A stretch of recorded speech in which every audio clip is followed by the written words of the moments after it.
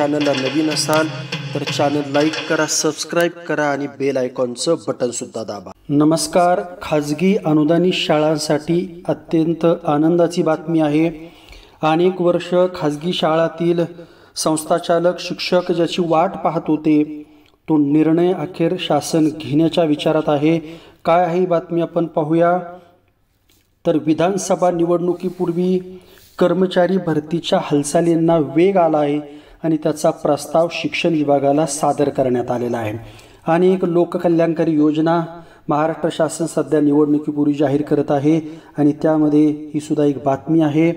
त्यासाठी 33,000 कर्मचाऱ्यांचा आकृतीबंध मंजूर करण्यात आला आहे.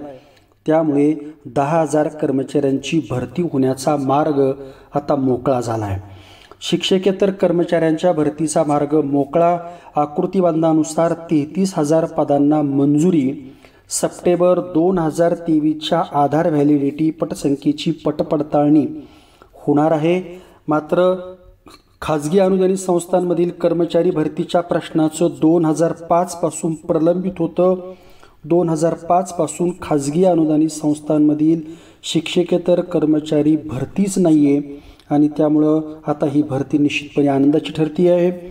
2019मध्ये शासनाच्या संच मान्यतेला उच्च न्यायालयात आव्हान दिल्यानं भरती स्थगित होती. 2023ला सदर स्थगिती उठवण्यात आली होती.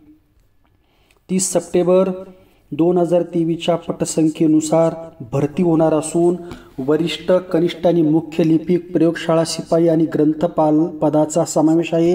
ही जी पदं होती शिक्षकेतर पदं ही अनेक वर्षापासून रिक्त होती, माणसं नव्हती काम करायला आणि त्यामुळं आता ही पदं भरल्यामुळं शिक्षकेतरांचा प्रश्न की अडचण त्या ठिकाणी सुटेल जाणार आहे. अत्यल्प किंवा विना पगार काम करणाऱ्या कर्मचाऱ्यांना या भरतीमुळं मोठा दिलासा मिळाला आहे. तर अतिशय आनंदाची बातमी आहे. तुर्तास इथेच थांबूया. धन्यवाद.